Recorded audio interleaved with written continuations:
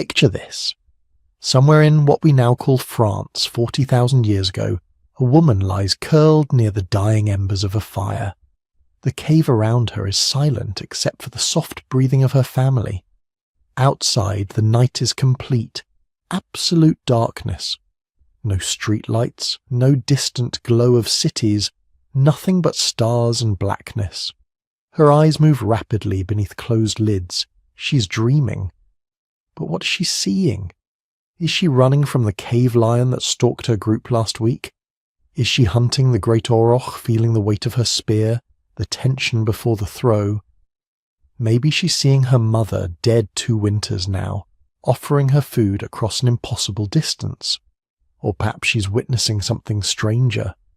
Patterns, symbols, visions that don't exist in the waking world but feel more real than reality itself. We'll never know what she saw that night. But here's what we do know. At some point in our history, something extraordinary happened inside the human mind. Our ancestors didn't just dream. They began to remember their dreams, to think about them, to believe they meant something. And somehow, those flickering visions in the dark became the seeds of everything that makes us human. Art, religion, story, symbol, meaning itself. Tonight we're going after one of the most fascinating and frustrating questions in all of human history. What did prehistoric people dream about? And how did those dreams transform our species from clever apes into beings who could imagine gods, paint masterpieces on cave walls, and eventually build civilizations? If you're using this to fall asleep, perfect. That's exactly why I make these. So maybe subscribe and tell me where you're watching from and what time it is. I love seeing the comments. Tokyo at sunrise, London at midnight. All of you scattered across the planet. All of us thinking about the same ancient mysteries at once. Here's the thing about dreams. Every human who's ever lived has had them. Your ancestors 500 years ago, 5,000 years ago, 50,000 years ago, they all closed their eyes and experienced that strange theatre of the mind we call dreaming. The hardware was the same brain structures, the same neurochemicals flooding through neural pathways, the same REM sleep cycles we experience tonight. But the content, the actual experiences they had while dreaming, that's where things get weird and wonderful and deeply mysterious. See, we dream about what we know. Modern humans dream about missing flights, showing up naked to work, scrolling endlessly through phones that don't quite work right. We dream in the language of our world, our technology, our anxieties, our culture. So what did people dream about when there were no cities, no agriculture, no writing, no words for abstract concepts we take for granted? What visions filled the minds of humans who lived in a world we can barely imagine? A world where every shadow might hide death, where fire was magic, where the boundary between human and animal felt thinner, more permeable. And here's the really mind-bending part. At some point, prehistoric humans started to believe their dreams were real. Not real in the way we understand it, but real in a different sense. Messages from another world, visions of the dead, prophecies, glimpses of a reality beyond the physical. This wasn't a mistake or primitive ignorance. This was the birth of symbolic thinking, the moment when humans began to understand that things could represent other things, that invisible worlds could exist alongside visible ones, that meaning could be layered, metaphorical, transcendent. And we can see the evidence in the caves of Europe, in burial sites across the world, in the archaeological record of ritual and art and deliberate meaningful action. Something changed in the human mind between 100,000 and 40,000 years ago. We didn't just get smarter, we started thinking in symbols, and dreams, those nightly journeys into the impossible, might have been the key that unlocked everything. So tonight we're going on a journey. We'll start with what modern neuroscience tells us about the dreaming brain, then travel back to imagine the raw material of ancient dreams, the animals, the dangers, the experiences that would have filled prehistoric minds each night. We'll explore how dreams might have sparked the explosion of cave art, how visions of the dead could have created the first religions, how the stories people told about their dreams became humanity's first mythology. This is a story about consciousness, creativity, and the strange, beautiful accident of the human imagination. A story about what happened when our ancestors lay down in the dark and their minds created worlds that didn't exist. Let's find out what they saw. Before we can understand what prehistoric humans dreamed about, we need to understand something fundamental. They had exactly the same dreaming brain you do, not similar, not close, identical. The neurological hardware that generates your dreams every night, the complex interplay of brain regions and neurotransmitters that creates those bizarre nighttime narratives, was already fully operational 300,000 years ago when the first anatomically modern humans appeared. Actually, it was probably functional much earlier than that. The basic architecture of the dreaming brain goes back millions of years. Here's how it works. Every night, your brain cycles through distinct stages of sleep. Light sleep, deep sleep, and then something remarkable happens. About 90 minutes after you drift off, you enter REM sleep. Rapid eye movement. Your eyes start darting back and forth beneath your closed lids, tracking things that don't exist. Your muscles become paralyzed, locked in place so you don't act out what you're experiencing. Your heart rate increases, your breathing becomes irregular, and your brain lights up like a fireworks display. During REM sleep, the visual cortex erupts with activity, creating the imagery you see in dreams. The amygdala, your emotion center, goes into overdrive, which is why dreams feel so intensely emotional, why you can wake up terrified from a nightmare or euphoric from a beautiful dream. The hippocampus, where memories are stored, starts firing semi-randomly, pulling fragments of experience from storage and feeding them to other brain regions. Meanwhile, the prefrontal cortex, the part of your brain responsible for logical thinking and critical analysis, mostly shuts down. This is why dreams feel perfectly normal while you're having them, why you can fly or talk to the dead or find yourself back in high school without questioning any of it. Your prehistoric ancestors had all of this. Same brain regions, same neurotransmitters, same nightly cycle. We know this because the basic structure of mammalian sleep is ancient. Dogs dream, cats dream. Even rats show clear signs of REM sleep, their whiskers twitching as they mentally replay the mazes they ran during the day. If rats dream, then certainly the humans who lived 50,000 years ago were having vivid, complex dreams every single night. But here's where it gets interesting. They probably dreamed more intensely than you do. Modern humans sleep differently than our ancestors. We've trained ourselves to sleep in one consolidated block, usually at night, usually for 6 to 8 hours. We call this monophasic sleep, and it's actually pretty unusual in human history. It's a relatively recent invention, tied to the development of artificial lighting, industrial work schedules, and urban living. Studies of modern hunter-gatherer populations, people living in conditions similar to our prehistoric ancestors, show a completely different pattern.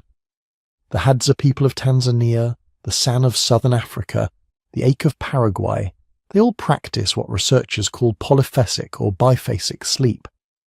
They sleep in multiple periods throughout the day and night, a few hours after dark, then awake for an hour or two in the middle of the night, then sleep again until dawn, often with a long midday nap thrown in.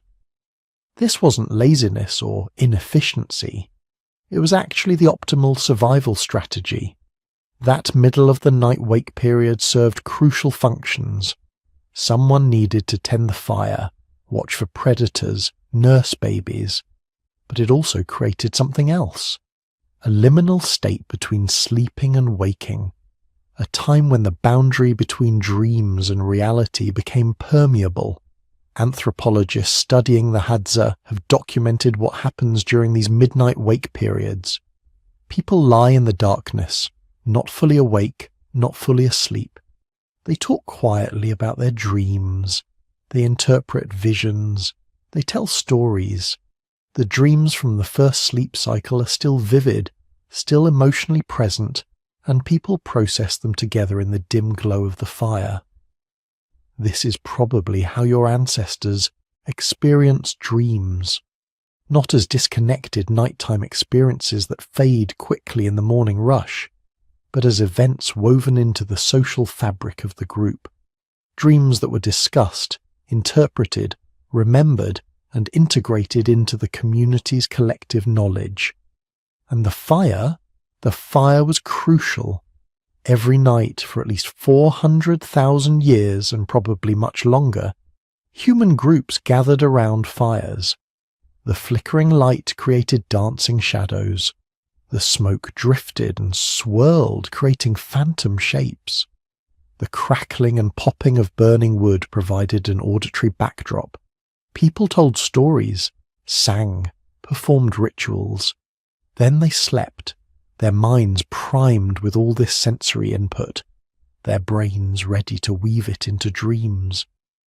When they woke in the middle of the night, the fire was still there, still flickering, creating that hypnagogic state where dreams and reality blur together. You could watch the shadows and almost see the animals you'd just been dreaming about, almost see the spirits your grandmother had told you stories about before she died. This was dream incubation, though they wouldn't have called it that. The deliberate creation of conditions that produce vivid, memorable, meaningful dreams. And unlike modern humans who wake to alarm clocks and electric lights and immediately check their phones, prehistoric humans woke to darkness and firelight and community. Their dreams had space to breathe, time to be remembered, social context that made them meaningful. But there's something else that would have made prehistoric dreams more intense. Darkness. Real darkness. Not the artificial darkness of your bedroom with light bleeding in around the curtains and the glow of electronic devices. Not the light-polluted night sky of modern cities where you can barely see the stars. Total, absolute, primal darkness. The kind of darkness where you literally cannot see your hand in front of your face once you move away from the fire. Your brain evolved in this darkness. For millions of years, human ancestors spent every night in conditions where vision, our dominant sense, became useless. This creates a sensory deprivation that intensifies internal experiences. Dreams become more vivid because there's no competition from external stimuli. The visual cortex, deprived of real input during waking hours in darkness, goes into overdrive during REM sleep. Modern studies have confirmed this. People who spend time in environments without artificial light report more vivid, more memorable, more emotionally intense dreams. Their brains, freed from constant visual stimulation, produce richer internal imagery. Your ancestors lived in this state continuously. Every night was an opportunity for extraordinary dreams, and it wasn't just modern humans. This is where the story gets really wild. Neanderthals almost certainly dreamed too. They had brains larger than ours, with all the same basic structures. They had complex social groups, burial, practices that suggest symbolic thinking, and they definitely slept. There's no reason to think their dreaming life was any less rich than that of modern humans. The Denisovans too. Every human species that survived the bottleneck carried the same basic neurological equipment for dreaming. When a Neanderthal hunter in Ice Age Europe lay down to sleep 50,000 years ago, his brain cycled through the same stages yours does. REM sleep occurred on roughly the same schedule. His visual cortex activated, his amygdala processed emotions, His hippocampus served up memories to be woven into nighttime narratives. What did he dream about? We'll never know the specific content, but we can be certain he dreamed. Perhaps about the mammoth his group was tracking, about the woman from another band he'd met at a seasonal gathering, about his dead father, whose carefully prepared grave he still visited, about the spirits his mother said lived in the cave where they sheltered through the winter. The same was true across Africa, wherever groups of early modern humans made their camps. In Asia, where Denisovan bands moved across mountains and coastlines. Every night, thousands of human minds were generating dreams, processing experiences, creating internal narratives. Some of these dreams were probably mundane, the mental equivalent of defragmenting a hard drive, sorting through the day's memories and filing them away. But others must have been extraordinary, because the human brain doesn't just passively process during dreams. It creates, it synthesizes new combinations, it sees patterns that don't exist in waking life. It generates insights, solutions, and visions. And prehistoric humans, unlike us, had no framework to dismiss their dreams as mere neurological noise. They didn't know about brain chemistry or REM sleep or memory consolidation. When they had a vivid dream, when they saw their dead grandmother speaking to them, when they flew over the landscape or transformed into an animal, these experiences were real. Not metaphorically real, actually real. Different from waking life, perhaps, but no less valid. Maybe even more valid because dreams revealed things that ordinary perception couldn't. This belief wasn't primitive or ignorant. It was actually quite reasonable given what they could observe. Dreams predicted things that then happened. You dream of finding water in a certain direction, and the next day you find it. Coincidence, we would say. Prophecy, they might have said. You dream of a dead relative warning you about danger, and the next week a lion attacks near your camp. Random, we would say. Ancestral protection, they might have believed. Over thousands of generations, this interpretation of dreams as meaningful, as potentially prophetic, as a connection to something beyond ordinary reality, became woven into human culture. Not because people were stupid, but because dreams are genuinely mysterious. Even now, with all our neuroscience knowledge, we can't fully explain why we dream or what all dreams mean. Your ancestors, lacking that scientific framework, developed their own explanations, and those explanations made dreams even more important, more memorable, more worthy of attention and interpretation. So every night, in camps and caves across Africa, Europe, and Asia, humans slept and dreamed. Their brains produced the same electrochemical processes yours does, but their dreams entered a world where they mattered in ways modern dreams rarely do, where they were discussed, interpreted, remembered, and acted upon, where they shaped decisions, influenced relationships, and connected the living with the dead.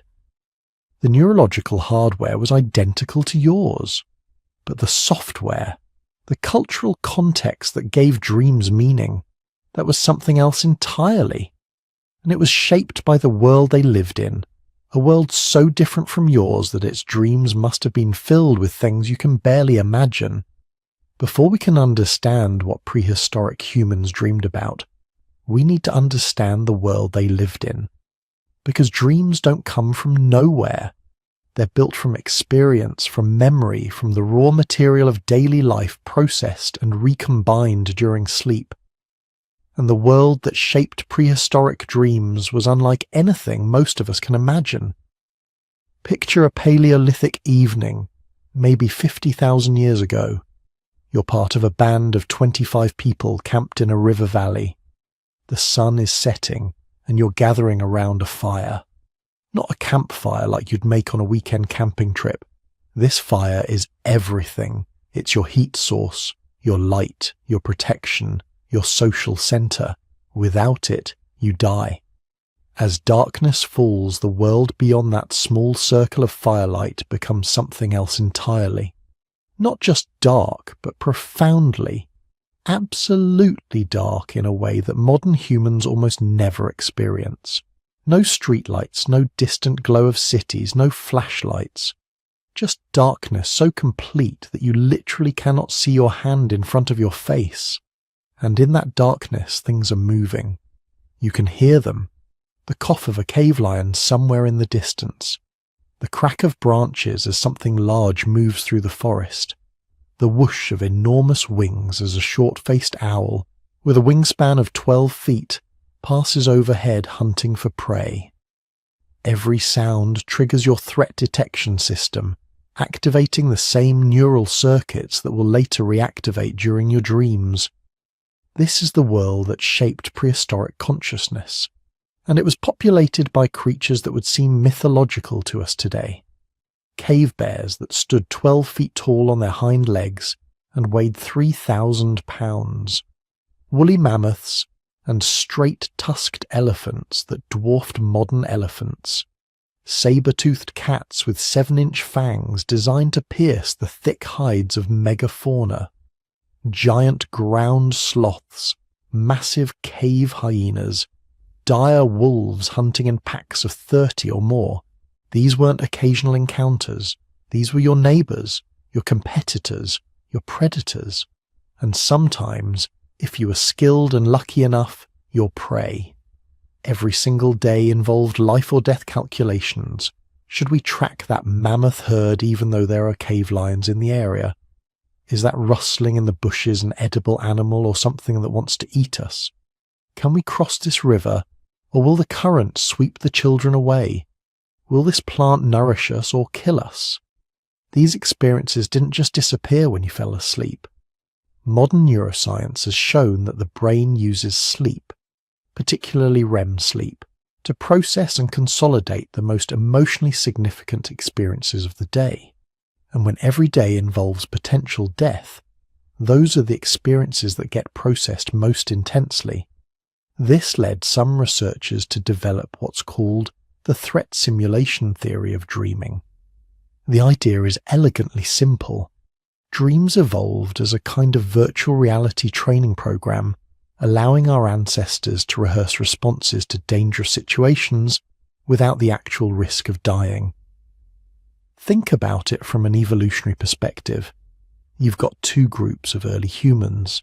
Group A has brains that use sleep time to randomly process memories with no particular pattern. Group B has brains that specifically replay and remix threatening situations, allowing them to practice escape routes, attack responses, and danger recognition. Which group survives better? Which group's children inherit the earth? The answer is obvious, and the evidence shows up in modern dreams. Even today, when most of us live in relatively safe environments, studies show that threatening situations appear in dreams far more often than they occur in waking life. We dream about being chased, about falling, about dangerous animals, about conflict and aggression. For prehistoric humans, this threat rehearsal would have been even more critical. A young hunter who dreams about tracking a bison herd and encounters a cave lion in the dream gets to practice his response. Does he freeze, run, slowly back away? His sleeping brain can try different responses, evaluate which ones trigger feelings of safety versus panic, and essentially program better reactions for when the real situation occurs. But dreams weren't just about predators and prey. Some of the most complex challenges prehistoric humans faced were social. In a band of 25 people living in intimate proximity, every relationship matters. Your survival depends not just on avoiding lions, but on maintaining cooperative relationships with the people around you. You need them for hunting, for gathering, for childcare, for defense. But you're also competing with them for status, for mates, for resources. This creates incredibly complex social dynamics. Who do you trust? Who's reliable in a crisis? Who's trying to undermine your position in the group? Which potential mate is worth pursuing? How do you resolve conflicts without destroying the group cohesion that everyone depends on? Modern sleep research shows that we spend enormous amounts of our dream time processing social interactions. We dream about conversations, about conflicts, about sexual encounters, about cooperation and betrayal. Our sleeping brains are constantly running social simulations, trying out different strategies, evaluating different approaches. For prehistoric humans, these social dreams would have been just as critical as threat simulation dreams. A hunter who dreams about a conflict with another group member gets to try different responses. Maybe in the dream he responds with aggression and the conflict escalates. Maybe he tries reconciliation and the relationship improves. His sleeping brain evaluates which approach feels more adaptive, which creates more anxiety versus relief. The same applies to dreams about potential mates. Sexual dreams aren't just random entertainment. They're part of how the brain evaluates potential partners, processes attraction, and navigates the incredibly complex dynamics of human mating. For prehistoric humans living in small bands, where choosing the wrong partner could have catastrophic social consequences, these dreams would have been crucial navigation tools. Then there's the environmental content. The Paleolithic period wasn't one stable climate. It spanned the wild fluctuations of the ice ages, periods when massive glaciers advanced and retreated, when coastlines appeared and vanished, when forests turned to grasslands and grasslands to deserts. Prehistoric humans had to be incredibly adaptive. A band that had lived in one valley for generations might find their territory becoming uninhabitable, too cold, too dry, game animals migrating elsewhere. They'd have to move, carrying everything they owned, leading children and elders across unfamiliar landscapes, searching for new territories that weren't already occupied by other groups. These migrations would have filled their dreams with landscape imagery, dreams of valleys and rivers, of mountains that need crossing, of coastlines and islands. Modern research shows that our brains use sleep to consolidate spatial memories, building cognitive maps of our environment. For prehistoric humans constantly moving through changing landscapes, this spatial processing would have been critical. Imagine dreaming after a day of travelling through unknown territory. Your sleeping brain reviews the landmarks you passed, that distinctive rock formation, the river crossing where the current was strongest, the tree line where you saw fresh lion tracks. It's creating a mental map, helping you navigate if you need to return, preparing you for tomorrow's journey. Seasonal changes would have dominated this environmental processing.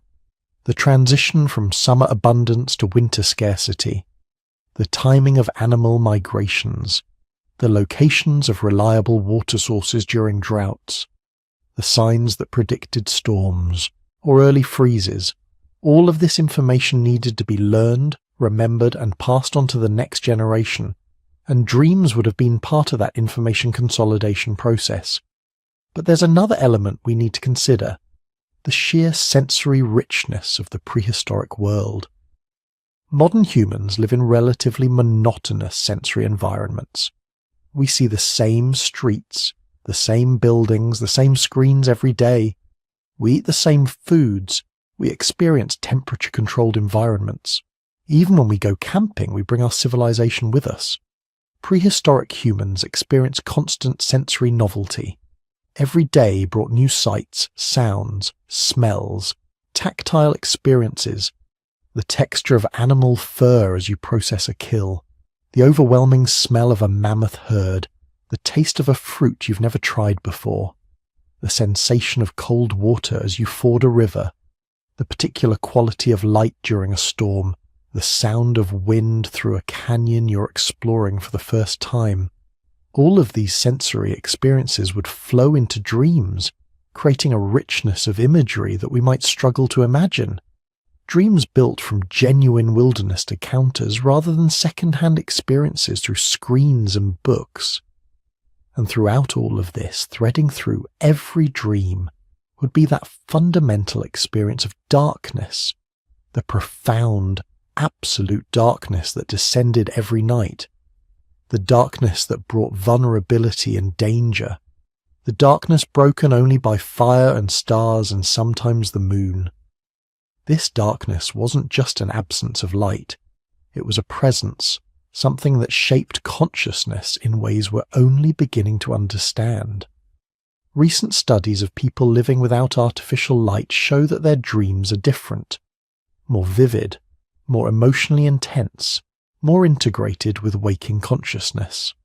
For prehistoric humans, every night meant surrendering to that darkness, lying down in a world full of predators and dangers, trusting your group to maintain the fire and keep watch, letting consciousness slip away into vulnerability. The act of falling asleep itself was an act of trust and courage that modern humans, sleeping in locked houses with walls and roofs, barely need to consider. And when they dreamed in a context we've lost. Dreams experienced not as bizarre interruptions of normal life, but as another mode of consciousness, equally real and potentially equally important as waking experience. This is the raw material that prehistoric dreams were built from. Predators and prey, social bonds and conflicts, changing landscapes and seasonal cycles, sensory richness and profound darkness, life or death stakes on a daily basis. But raw material is just the beginning, because at some point something changed. Dreams stopped being just threat simulations and social processing. They became something else entirely. They became visions, they became messages, they became portals to other worlds. The question is, when and how did that transformation happen? Imagine you're lying in a cave around 80,000 years ago. The fire has burned down to embers, casting just enough light to see the shapes of your family sleeping nearby. You close your eyes, and then something extraordinary happens. You're running across the savannah, but you're not yourself anymore. You're the antelope you hunted yesterday. You feel its terror, its desperate speed, the moment the spear pierced its side. Then the dream shifts. The antelope speaks to you. Not in sounds, but in understanding. It tells you where its herd will be tomorrow, shows you a waterhole you've never seen before. You wake up. And for the first time in human history, you don't just remember images from your sleep. You understand that they mean something. This is the moment everything changed. The moment when dreams stopped being random neural firing and became messages, prophecies, visions. When the human brain learned to think in symbols, when we became, in the most fundamental sense, truly modern humans. Anthropologists call it the cognitive revolution. That moment, somewhere between 100,000 and 70,000 years ago, when human thinking transformed from concrete to abstract, when we stopped just seeing a lion and started understanding what a lion could represent. Power, danger, courage, death.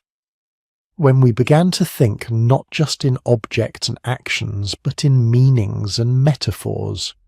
The archaeological evidence for this revolution shows up suddenly and dramatically. Before about 100,000 years ago, human artifacts are almost entirely functional. Stone tools, weapons, maybe some basic fire management. Useful stuff, but nothing that suggests abstract thinking. Then, almost like someone flipped a switch, the archaeological record explodes with symbolism. Beads made from shells carried hundreds of miles from the nearest ocean. Ochre, a red pigment with no practical use, ground up and stored carefully. Pierced shells that could only have been worn as jewellery or decoration. And most spectacularly, the first undeniable art. Geometric patterns scratched into ochre, abstract designs carved into ostrich eggshells, Eventually, the magnificent cave paintings that would cover the walls of Europe and Africa. This wasn't gradual. This wasn't slow evolutionary change taking millions of years. This was sudden. A transformation that happened in maybe 30,000 years, which in evolutionary terms is basically instantaneous. Something fundamentally changed in how the human brain processed reality. We learned to see meaning behind things, to understand that one object could represent another, that a scratched line could be a boundary, a circle could mean the sun. A handprint on a cave wall could say, I was here, I existed, I mattered. But here's the really wild question that keeps researchers up at night. What caused this revolution? What transformed our ancestors from sophisticated but concrete thinkers into creatures capable of art, religion, abstract reasoning, and symbolic communication? And more importantly for our story, what role did dreams play in this transformation? Think about it. Dreams are the original virtual reality. Every night, our ancestors lay down and experienced impossible things. They flew without wings. They talked to the dead. They watched animals transform into humans and humans into animals. They visited places that didn't exist. Time bent and twisted. Cause and effect broke down. The normal rules of reality simply didn't apply. For a brain that thinks concretely, that only understands the immediate physical world, dreams must have been deeply confusing. Just random noise, images that meant nothing. But once you develop symbolic thinking, dreams become something else entirely. They become a space where symbols can interact, where meanings can combine and recombine in ways that would never happen in waking life. Some researchers think dreams might have actually caused the cognitive revolution, that the human brain's attempt to make sense of these nightly visions forced it to develop symbolic thinking. You dream you're an eagle. Your concrete mind says, impossible, you're human. But some part of your brain, desperate to make sense of the experience, starts thinking, what if I'm not literally an eagle, but the dream means something about eagles, about flying, about seeing from above? That's a symbolic thought. That's your brain learning that things can represent other things, that reality has layers of meaning beyond the immediate and physical. Other researchers think it went the opposite direction. That symbolic thinking evolved for other reasons, maybe from the need for complex language or social organization, and once we had it, dreams suddenly became meaningful, like getting a new translation app that suddenly lets you understand a language you've been hearing but not comprehending. The truth is probably somewhere in between. A feedback loop where developing symbolic thinking made dreams more meaningful, and meaningful dreams reinforced symbolic thinking, each night becoming a practice session for abstract reasoning, a safe space where the rules of reality could be suspended and new ways of understanding could be explored. There's this controversial but fascinating theory called the bicameral mind hypothesis.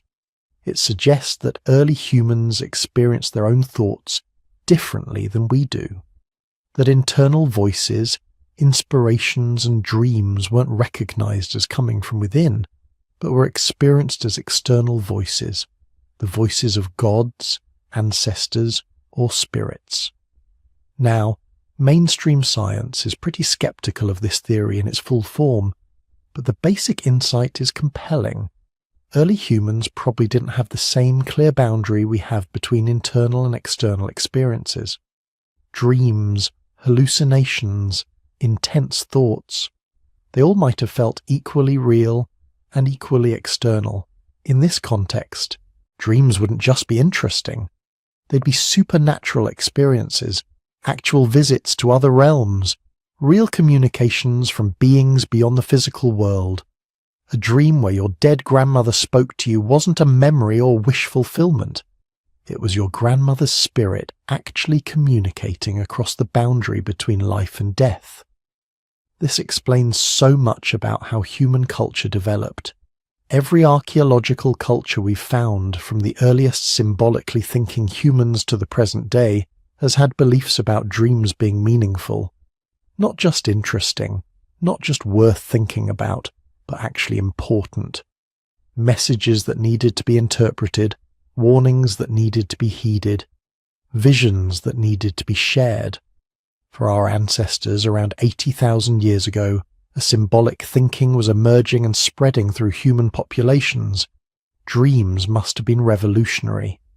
They were experiencing something fundamentally new, not just images during sleep, but a whole parallel world of meaning and significance. Consider what this meant practically.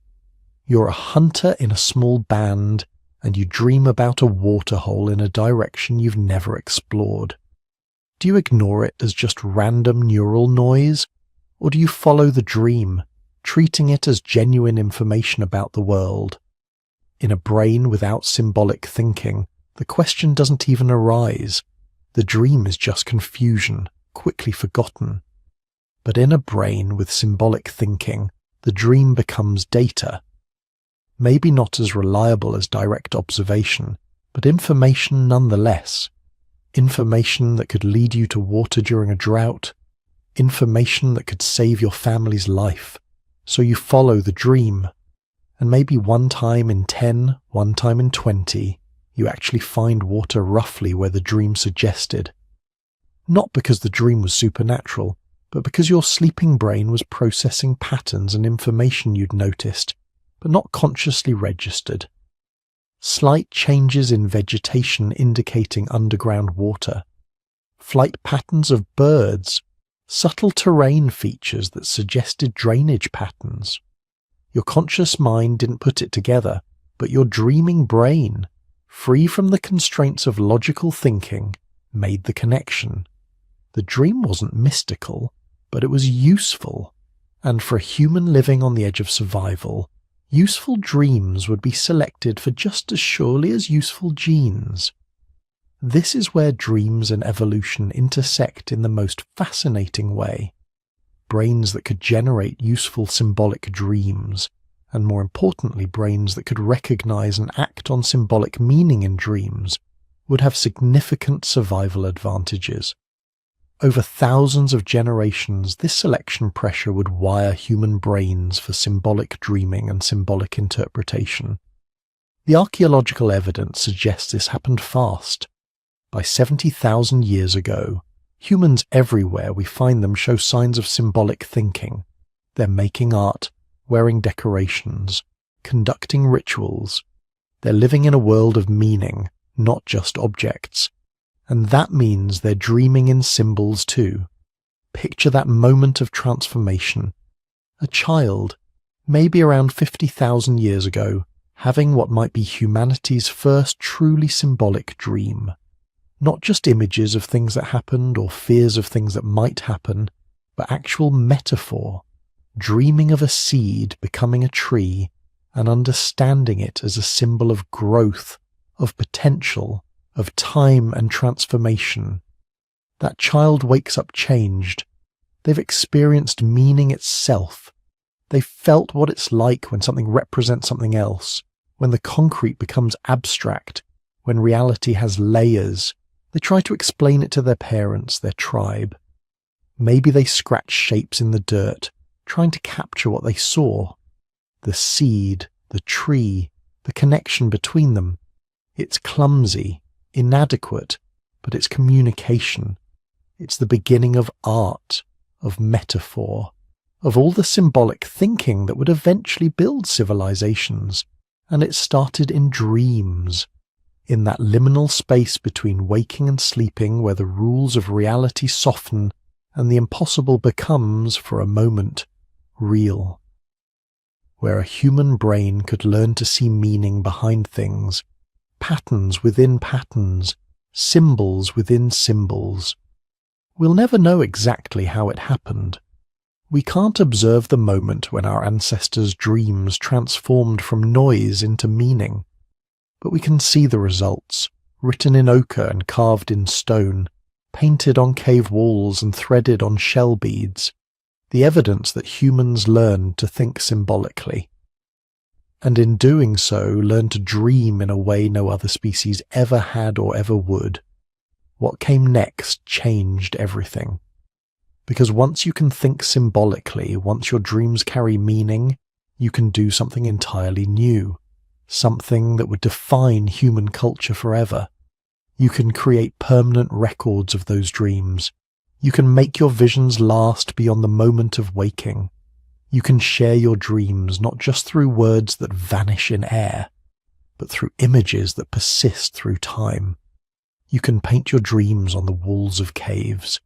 Now imagine you're standing at the entrance to Chauvet Cave in southern France. The year is 1994. 3 explorers have just squeezed through a narrow passage and dropped down into a chamber that hasn't been disturbed for over 30,000 years. They shine their lights across the walls, and what they see stops them cold. Hundreds of animals surge across the rock face, lions prowling, rhinoceroses charging, wild horses galloping in perfect formation. But these aren't just drawings. They're alive somehow, positioned to catch the flicker of torchlight, creating the illusion of movement in the dancing shadows. And then they notice something else. Deeper in the cave, past chambers filled with aurochs and mammoths, they find something that makes no sense at all. A figure, half human, half bison, standing upright like a person, but with the massive shoulders and head of a beast. What were they looking at?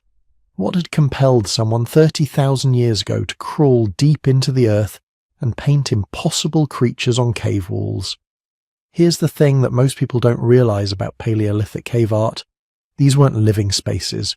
Nobody was setting up camp in Chauvet Cave or Lascaux or Altamira. The paintings aren't near the entrances where you might actually want to spend time. They're deep inside, sometimes hundreds of meters underground, through passages so narrow you have to crawl, into chambers so dark that without artificial light you literally cannot see your hand in front of your face. Why would anyone do this? Why take precious resources, animal fat for lamps, mineral pigments that had to be gathered and processed? Why carry all of that deep into the earth just to paint on walls that almost nobody would ever see? Unless they weren't meant for the living. Unless these caves were doorways to somewhere else. The shamanic hypothesis suggests something remarkable, that these caves were theatres of consciousness, places where specially trained individuals, shamans, would go to enter altered states, to dream while awake, to journey into the spirit world and bring back visions that their communities needed to see. Think about what happens when you enter a deep cave. All sensory input from the normal world disappears. No sunlight, no wind, no sounds except your breathing, and maybe water dripping somewhere in the darkness. The temperature is constant, neither hot nor cold. Time loses all meaning. Your brain, deprived of normal stimuli, starts doing something strange. It begins generating its own input. Patterns emerge in the darkness. Sounds become significant. And if you stay long enough, if you fast or use psychoactive plants or simply exhaust yourself through ritual dancing and chanting, the boundary between inner and outer reality starts to dissolve. This is what neuropsychologists call an entoptic phenomenon. When you close your eyes and press on your eyelids, you see geometric patterns, dots, grids, zigzags, nested curves. These aren't external images. They're the architecture of your own visual cortex, the basic wiring of human perception becoming visible. Every human who has ever lived sees these same patterns in altered states. Doesn't matter if you're a modern scientist or a Paleolithic hunter, the hardware is identical. Now look at the oldest cave paintings, not the beautiful naturalistic animals that everyone knows, but the other images. The dots scattered across walls in El Castillo cave in Spain, dated to over 40,000 years ago. The grids and ladder patterns in Lascaux. The nested U-shapes in Altamira. These are entoptic phenomena. These are the geometric hallucinations that appear in the early stages of trance, carefully recorded on cave walls. But the shamanic journey doesn't stop there. As the trance deepens, something else happens. The geometric patterns start transforming. They become meaningful. They turn into animals, spirits, beings. And this is where cave art gets truly weird. In Lascaux, there's an image in the deepest part of the cave called the Shaft of the Dead Man. A human figure, drawn crudely compared to the magnificent animals elsewhere in the cave, appears to be falling or floating. Next to him is a bison, beautifully rendered, clearly dying from a spear wound. But the human has a bird's head, or he's wearing a bird mask, or maybe he's transforming into a bird. Nobody knows. Next to the scene stands a pole with a bird perched on top. What does it mean? The shamanic interpretation suggests we're looking at a vision, possibly a dream, definitely an altered state experience. The human-bird hybrid is the shaman himself, transformed during his journey. The dying bison might represent a successful hunt that was foreseen in the vision, or it might be something more metaphorical, a spiritual death and rebirth. The bird on the pole could be a spirit guide, the helper that accompanies shamans on their journeys between worlds. This happens again and again in cave art. Human figures with animal characteristics. In Chauvet, the bison man. In Les Trois Frères, the famous sorcerer.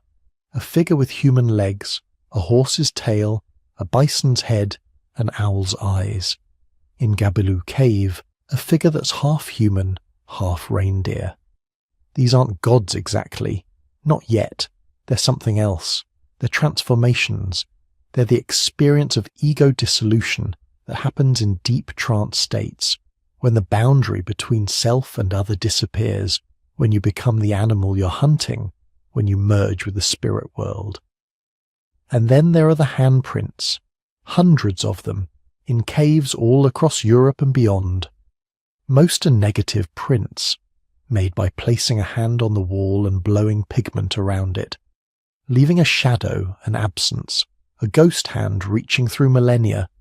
Some are positive prints, palms pressed directly onto rock with paint-covered hands, and some, disturbingly, are missing fingers, either actual individuals who had lost digits or deliberate finger bending to create strange patterns.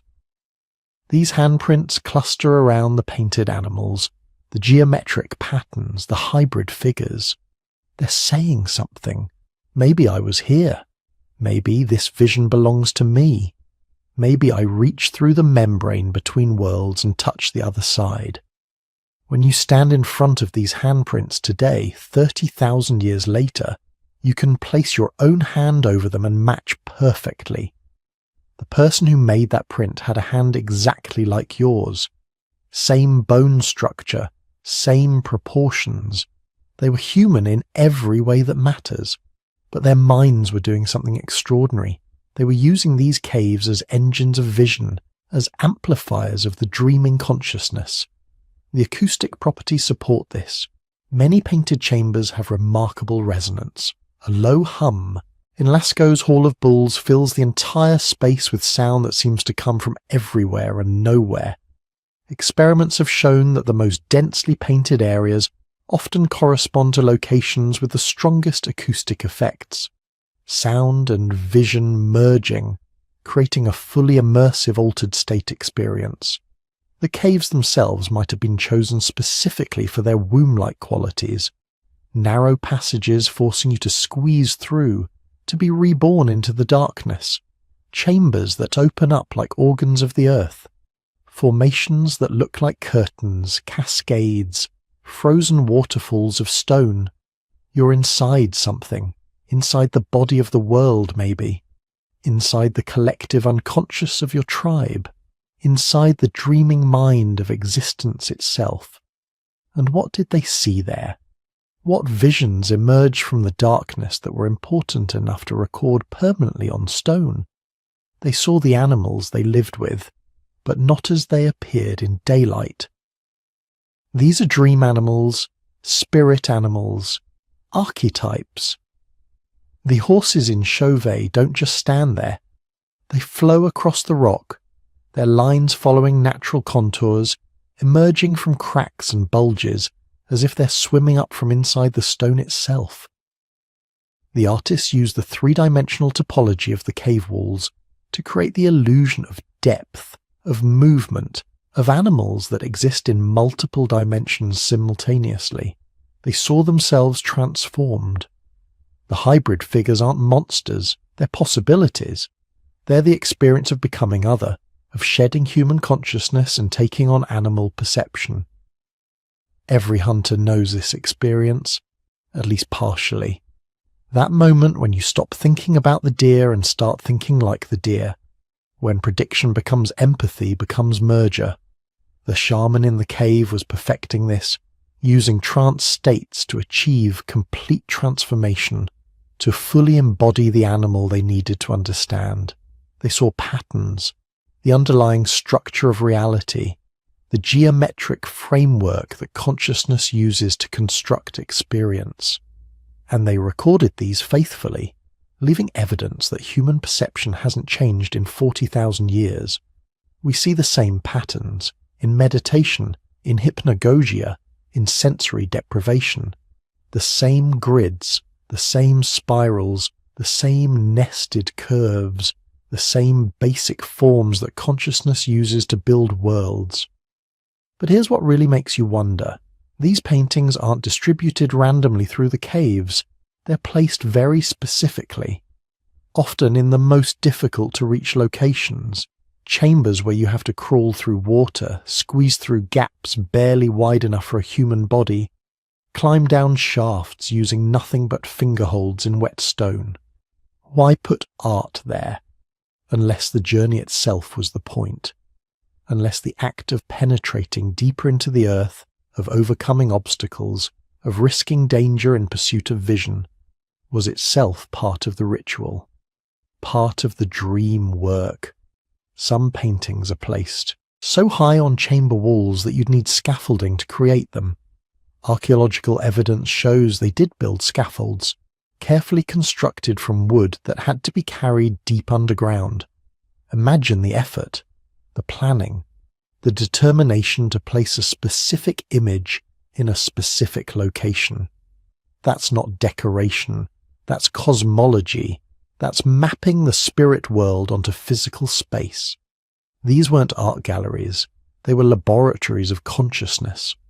Places where prehistoric humans were systematically exploring the frontiers of awareness, documenting their findings in the only permanent medium available. Stone. We're looking at humanity's first dream journals, the earliest records of human beings taking their inner experiences seriously enough to preserve them, to share them, to say to future generations, this is what we saw when we looked inside. This is where consciousness can go. This matters. And maybe, deep in those dark chambers by flickering lamplight, exhausted from fasting and dancing and breathing the smoke of sacred plants, they were closer to the truth of existence than we've been since. Maybe they understood something we've forgotten, that the boundary between dreaming and waking is thinner than we think, that the animals and spirits and impossible beings they painted weren't fantasies. They were residents of a world just as real as the one outside the cave, a world you could visit if you knew the way, if you were brave enough to descend into darkness and see what looked back. Picture this. You're a Neanderthal living in what's now southern France, about 70,000 years ago. Your grandmother died 3 days ago. During the day, you helped dig her grave, watched as the group carefully positioned her body facing east, placed her stone tools beside her. You understood somehow that she was gone. But that night, you close your eyes and there she is, moving, talking, warning you about the bison herd near the river. She's as real as she ever was. More real, maybe, because in the dream she knows things she couldn't have known in life. You wake up confused, shaken. Your grandmother is dead. You buried her yourself, felt her cold skin, smelled the beginning of decay. But you also just saw her, spoke with her. She gave you information, specific details about where to find game. Both things are true. Your brain has no framework for reconciling them, so you create one, and in doing so, you invent the concept of the soul. This wasn't a single moment, obviously. It wasn't one Neanderthal waking up from one dream and suddenly conceiving of an immortal spirit. But over thousands of generations, dreams of the dead created a problem that prehistoric humans desperately needed to solve. How can someone be both gone and present? Both decayed in the ground and walking, talking, interacting. The answer our ancestors came up with would reshape human civilization forever. The dead don't really die. Some part of them continues. Some essence, some spirit, some soul that can visit the living in dreams. The archaeological evidence for this cognitive revolution is everywhere once you know how to look for it. The Neanderthal burial at Shanidar Cave in Iraq, discovered in the 1950s, contained pollen from multiple flower species arranged around the body. For decades, archaeologists debated whether this was intentional or just contamination from burrowing animals. But chemical analysis has confirmed it. Someone, 60,000 years ago, gathered flowers and placed them with the dead. Not for practical reasons. Flowers don't preserve bodies or keep away scavengers. They serve no survival function. This was purely symbolic behavior. The flowers meant something. They represented something. And the most likely explanation is that they represented the continuation of the person in some other form. The body was dead, but something else. The part that appeared in dreams deserved respect, comfort, beauty. Similar burials have been found across Neanderthal territories. At La Chapelle-aux-Saints in France, a Neanderthal was buried in a deliberately dug grave with joints of meat and stone tools. At Teshiktash in Uzbekistan, a child's grave was surrounded by a circle of ibex horns. These weren't casual disposals of bodies. These were rituals. Elaborate, time-consuming, resource-intensive rituals performed for people who would never benefit from them in any material sense. Unless, of course, they would benefit. Unless the part that appeared in dreams was still somehow present, still capable of needing things, still capable of being pleased or angered by how the living treated their remains. Modern humans were doing the same thing. The burial at Kafsa Cave in Israel, dated to about 100,000 years ago, shows a modern human child buried with red ochre and a deer antler. Again, no practical purpose. Pure symbolism. The child was dead, but some aspect of that child, the aspect that might visit her parents in dreams, received gifts, received care. This is the birth of religious thinking. Not theology, not organized doctrine, but the fundamental religious intuition that there are two worlds, the visible world of physical bodies and material objects, and the invisible world of spirits, essences, souls. The world you inhabit when you're awake, and the world you visit in dreams. And here's what makes this absolutely crucial to understanding prehistoric consciousness. Dreams of the dead aren't random. They're incredibly consistent across cultures and time periods. Modern humans who dream of deceased loved ones report remarkably similar experiences. The dead appear healthy, often younger than they were at death. They communicate important information, sometimes warnings, sometimes comfort. They seem to exist in a place that's familiar but not quite real, dreamlike, spiritual. Your prehistoric ancestors experienced exactly the same thing. Their brains were structurally identical to ours. Their REM sleep functioned the same way. When they dreamed of their dead, they saw the same kinds of visions we see today. And they reached for the same explanation we instinctively reach for before rationality kicks in. The person isn't really gone. They're just somewhere else, somewhere we can access in sleep. This belief would have spread rapidly once it emerged. because it solves a fundamental psychological problem. Grief. Humans are intensely social. We form deep emotional bonds. When someone we love dies, especially suddenly, our brains struggle to process it. We expect to see them, hear their voice, share meals with them. Then they've gone. The absence is excruciating. But dreams offer relief. In dreams, the dead return, not as corpses, but as themselves, whole, present, interactive. These dreams are so vivid, so emotionally powerful, that treating them as mere neural noise would feel wrong. It would be denying the obvious evidence of your own experience. So instead, you construct a worldview in which dreams are real. Another kind of reality, maybe. A different realm, but real. And if dreams are real, then the dead who appear in them are real too. Not their bodies, obviously. You've seen what happens to bodies, but their essence, their spirit, the part that makes them who they are. Once this belief takes hold, everything changes. Suddenly the world is populated by invisible beings, ancestors watching over you, judging your actions, intervening in your life through dreams and visions. This would have had immediate practical effects on behavior. If your dead grandmother could still observe you, if she could be pleased or disappointed by your choices, you'd probably behave differently, more carefully, more in accordance with the values she taught you. This is social control through supernatural belief, and it's incredibly powerful. Physical authority can only enforce rules when someone's watching, but ancestral spirits are always watching. They see you in your dreams. They know your thoughts. This belief would have helped maintain social cohesion and moral behavior even in small dispersed groups where direct oversight was impossible. But some individuals would have been better than others at accessing this spirit world. Some people naturally have more vivid dreams, more frequent encounters with the dead. Some people, even today, experience hypnagogic hallucinations, seeing and hearing things in the twilight between waking and sleep.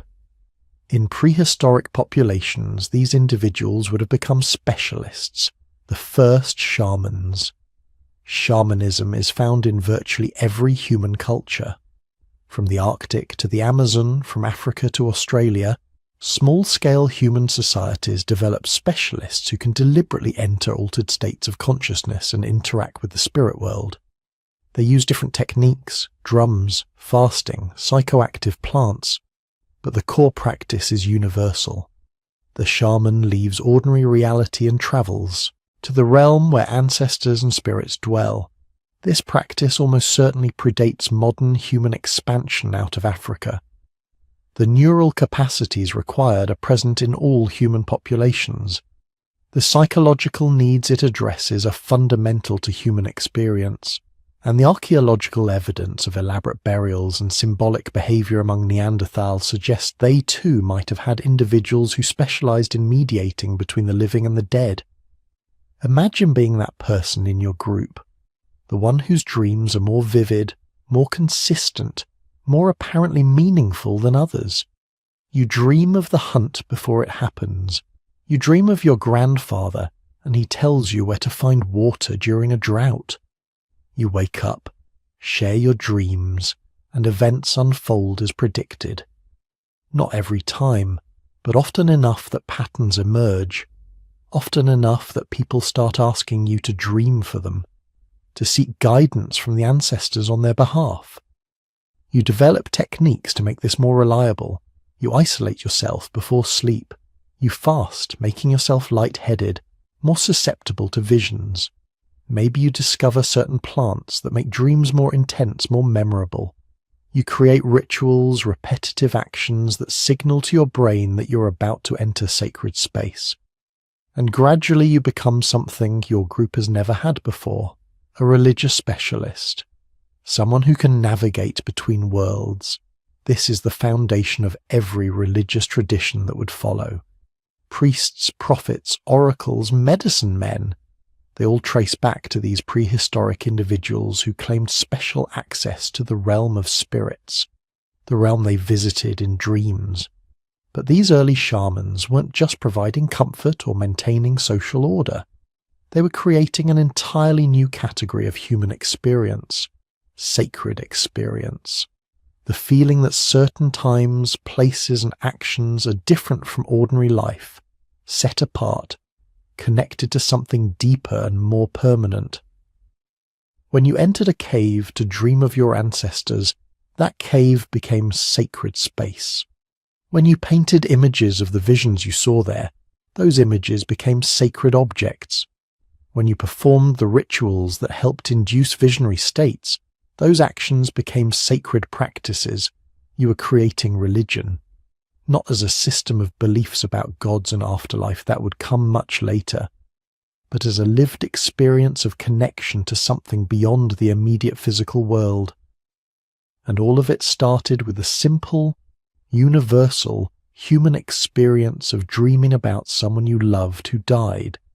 Your brain, trying to process grief and loss, creates a vivid image of the person. You experience it as real contact, real presence, and rather than dismissing it as neural noise, you take it seriously. You build a worldview around it. You develop practices to facilitate it. You create specialists who can do it reliably.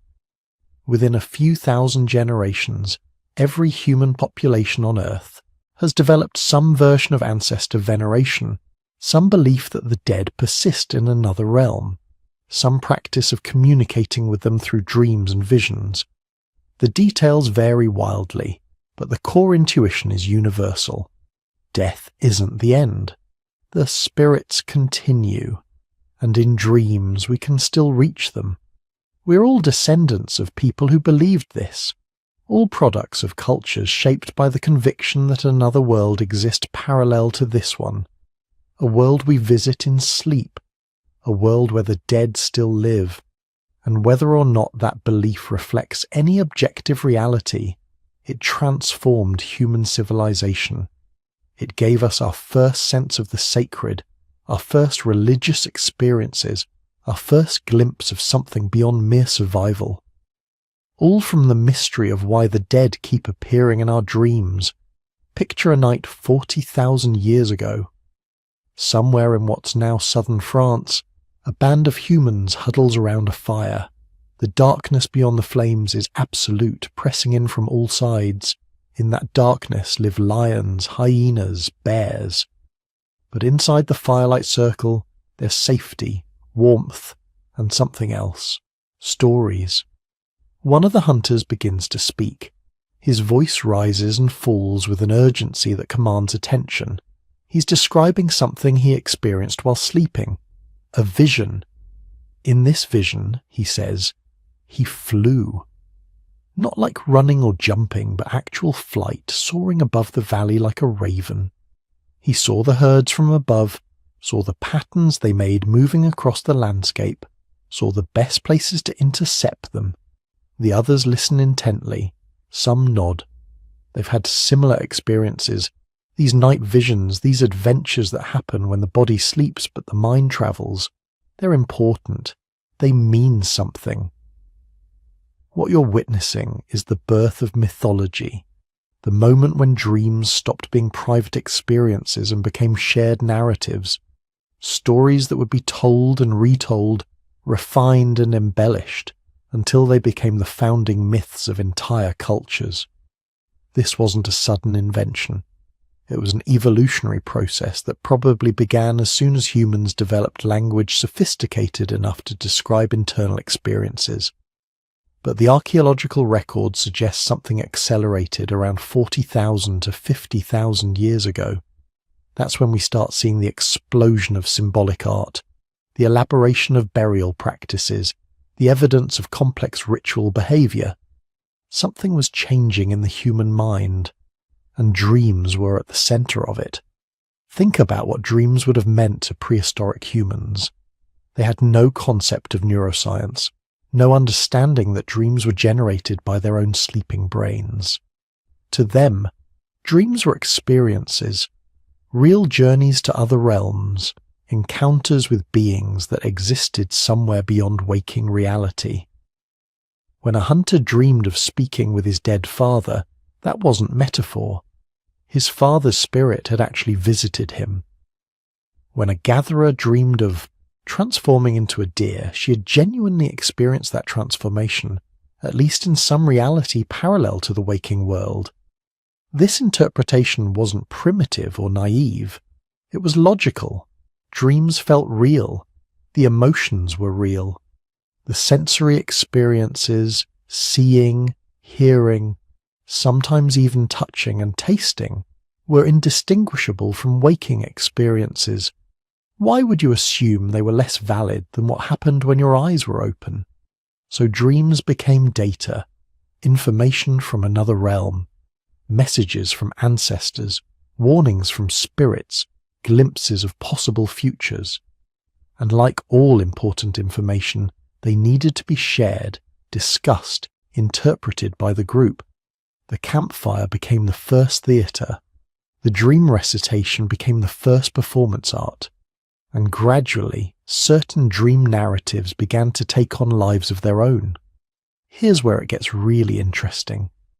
If you look at mythologies from around the world, cultures that had no contact with each other for tens of thousands of years, you find the same themes appearing again and again, the same story structures, the same types of characters and challenges and resolutions. Why? Coincidence? Shared history from before the great human diaspora? Maybe. But there's another explanation. These universal themes might reflect universal dream experiences, dream patterns that emerge from the structure of the human brain itself. Take flying dreams. Nearly everyone has them. That sensation of lifting off the ground, soaring through the air with impossible ease.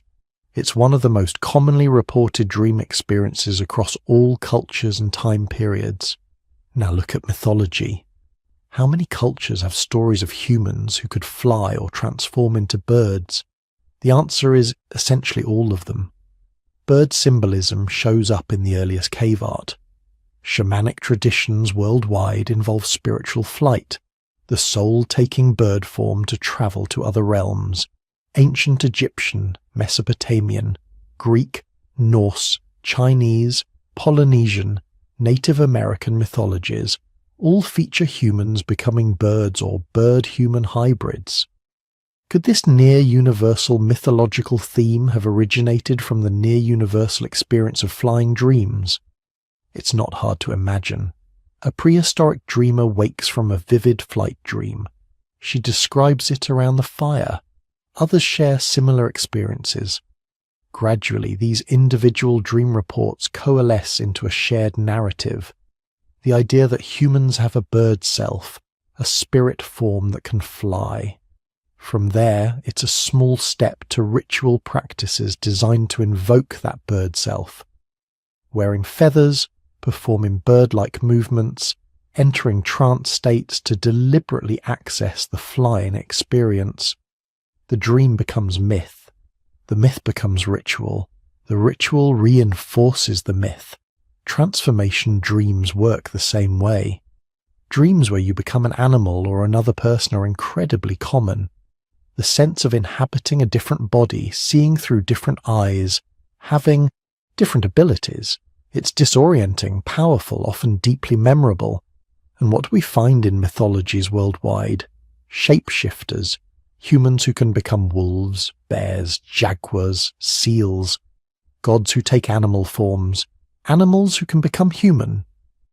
The ability to cross the boundary between species is one of the most persistent themes in human storytelling. In Europe, werewolf legends. In South America, jaguar transformation. In the Arctic, selkies who shift between seal and human form.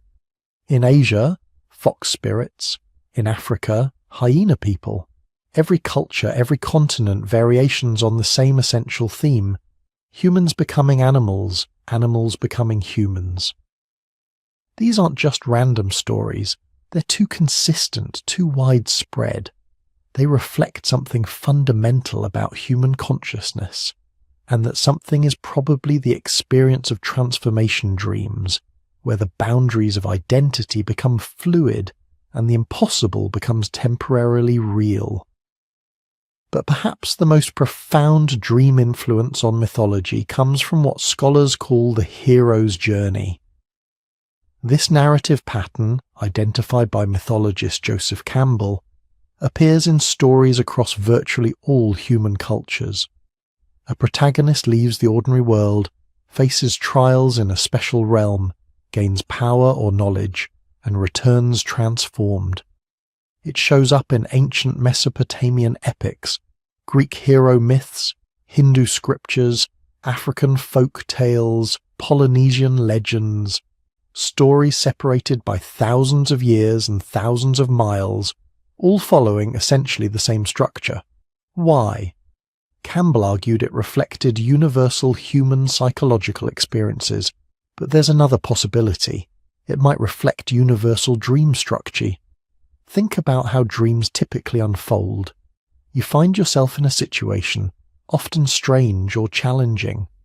Normal rules don't apply. You face obstacles that require you to act in ways you couldn't in waking life. You encounter beings, helpers, or adversaries who guide or test you. Eventually you return to normal reality, often with a feeling that something significant has occurred, even if you can't quite articulate what. Sound familiar? It's the hero's journey, scene by scene, beat by beat. What if the reason the hero's journey appears in mythologies worldwide isn't because it reflects some abstract psychological archetype, but because it literally describes the structure of common dream narratives? The hero's journey might be the dream journey, encoded in story form. If this is true, then much of mythology might be collective dream reporting. Individual dreams shared around fires, refined through retelling, eventually codified into formal narratives that get passed down through generations. This would explain why mythological stories often have that dreamlike quality. The fluid logic, the sudden transformations, the way time and space work differently. Characters who are simultaneously human and animal, living and dead. Landscapes that shift and change. Impossible tasks that nevertheless get completed. These aren't failures of logic or primitive thinking. They're accurate representations of dream experience, preserved in narrative form. The implications are staggering. It would mean that for tens of thousands of years, humans have been maintaining oral traditions that originated as dream reports, that the foundational stories of human cultures, the myths that shaped religions and philosophies and worldviews, might have their roots in the sleeping mind. Consider how this would work practically. In a small band of hunter-gatherers, maybe 30 or 40 people, someone has a particularly vivid or unusual dream. They describe it around the fire. Others recognize elements from their own dreams, add their experiences. The story grows, becomes more elaborate. When this band encounters another group, they share stories. Some dream narratives prove especially compelling, spreading from group to group. Over generations, the best stories, the ones that resonate most deeply with common human experiences, survive and propagate. The others fade away. Over thousands of years, you'd end up with a collection of narratives refined through countless retellings. Stories that worked, that touch something fundamental in human consciousness. And because they originated from dream experiences, which are shaped by universal features of human neurobiology, you'd expect to find similar stories emerging independently in different cultures. Which is exactly what we find. The flying dreams become stories of shamanic flight. The transformation dreams become shapeshifter myths. The chase dreams, where you're pursued by something threatening, become stories of monsters and demons. The dreams of deceased relatives become ancestor worship and concepts of the afterlife. The anxiety dreams of losing teeth or falling become omens and warnings in folklore. Dream by dream, story by story, mythology emerges. not as fiction or fantasy, but as the most accurate description available to prehistoric humans of what seemed like journeys to another realm. Real experiences that demanded explanation and integration into the group's understanding of reality. And here's the beautiful part. This process never stopped. We're still doing it. Modern storytelling, from novels to films to video games, still draws on these ancient dream-born narrative patterns. The hero's journey structure dominates contemporary fiction. Transformation and flight remain central metaphors. We're still telling the same stories our ancestors dreamed 40,000 years ago. We've just forgotten where they came from. Forgotten that before they were myths and legends and sacred texts, they were one person waking up beside a fire saying, "I had the strangest dream," and others leaning in close to listen. Imagine this. The fire is burning low. Most of the camp is asleep, curled in cloaks of animal hide, breathing in slow, uneven rhythms. Outside the ring of light, the world is black and endless. Predators move somewhere out there. The river murmurs in the distance. Above, the sky is a cold bowl of stars. You're not asleep, not yet. Tomorrow your group has to decide. Food is running low. The herds you've been following for weeks have vanished into the distance. The water in the nearby stream is shrinking a little more each day. You could stay and hope things get better, or you could move. But move where? North, toward the distant hills. West, toward the coast. South, where another group was last seen weeks ago? If you choose wrong, you don't just waste energy. You might walk your family straight into starvation. In the modern world, you check satellite data, rainfall charts, maybe crowd-sourced weather apps. In the prehistoric world, your ancestors had something else. They had dreams. Not just private, hidden mental movies, public, shared, debated material. A kind of nighttime council meeting held inside people's brains.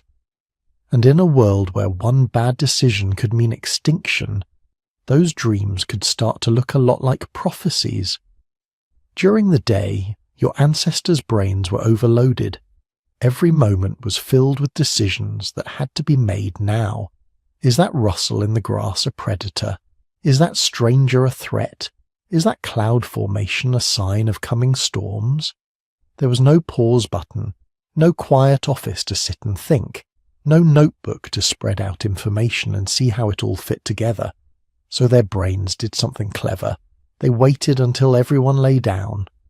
Modern neuroscience tells us that when we sleep, our brains don't just shut off. They become strangely active, different, but not silent. Patterns of activity sweep through memory centers like the hippocampus, replaying the day's events in compressed form. Emotional regions like the amygdala stay active, tagging memories with feelings. The prefrontal cortex, the part that carefully censors and organizes our thoughts, loosens its grip. This combination does something extraordinary. It takes scattered scraps of experience and recombines them. It looks for patterns we didn't notice while we were awake. It tests out possibilities. It searches for answers without our conscious permission. Today we call it sleeping on it.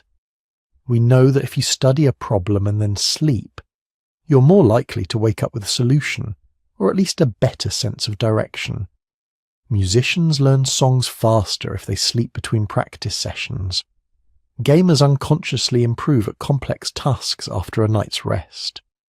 Scientists stuck on a difficult problem sometimes wake up with a sudden insight. The dreaming brain is a problem-solving brain. Now place that brain in a prehistoric environment.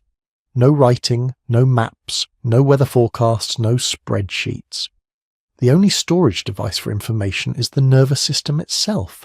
Every trail you walked, every herd you saw, every storm cloud on the horizon, every rumor from a visiting stranger, every faint smell of distant water.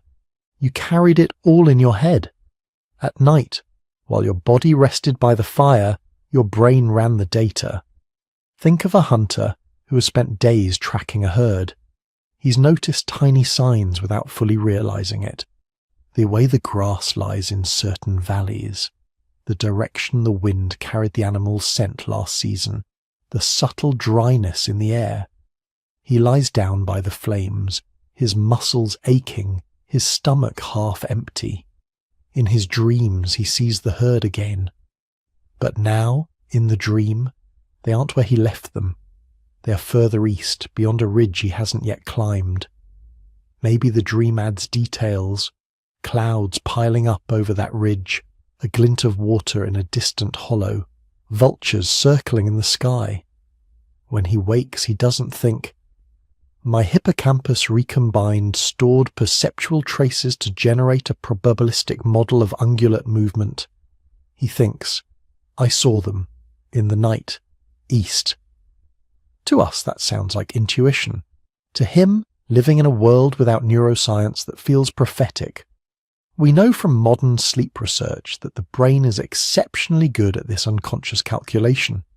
It can combine weak signals into strong hunches. It can use thousands of tiny impressions, half-noticed animal tracks, distant bird calls, the faint smell of rain on a breeze, and build an internal prediction model. That model feels, from the inside, like a vision. And here's where it gets really interesting. Across dozens of indigenous cultures today, from the Amazon to the Arctic, dreams are not treated as random noise. They're treated as information, as data, as guidance. Among many hunter-gatherer societies, dreams help decide where to hunt, when to plant, when to move camp. An experienced elder might dream of a particular valley, or a certain animal, or an encounter with a spirit that symbolizes luck or danger. The next morning the group discusses it. They don't always follow it blindly, but they don't ignore it either. It becomes one more input to the decision-making process. Anthropologists who live with these communities report something striking. People don't divide the world into real life and just dreams, the way modern industrial societies do. The dream world is simply another mode of experience, another way of learning about reality. Encounters in dreams can be as meaningful as encounters while awake. If this is how many traditional societies use dreams today, there's every reason to think prehistoric people did something similar. In fact, for them, dreams may have been even more central, because they had fewer alternative tools for long-range planning. Imagine an early human band debating a big move. Resources are dwindling, winter is coming. The elders gather by the fire. They speak about what they've seen, the condition of the plants, the tracks of animals, the shape of the river, the known locations of neighbouring groups. But they also ask a different question. Who dreamed? One woman describes seeing a path leading toward the mountains, with fruit trees heavy with food along the way. Another dreamed of a river overflowing its banks, drowning the camp if they stayed. A hunter dreamed of being lost in a dry plain, watching his children grow thin and silent. Each dream is weighed, compared, argued over. Some are dismissed, some are taken seriously. One perhaps comes from a person whose past dreams came true, often enough that people remember. When he speaks, the group falls quiet. Without writing, without historical records, memory is your only way of testing whose dreams are worth listening to. And so slowly, across hundreds of generations, a new kind of status begins to form, the social role of the dream sharer. In any band, some people dream more vividly than others. Some remember their dreams in detail. Some are better storytellers, able to paint the night's images in words, gestures, and symbols that others can feel. Some have personalities that draw attention, calm, observant, older, or just strangely compelling. If their prophetic dreams happen to coincide with good decisions, migrating at the right time, hunting in the right valley, avoiding a dangerous flood, people notice. They survive because of it, and survival over time turns into respect. These people might not be shamans yet in any formal sense, but they become something like early specialists in the invisible.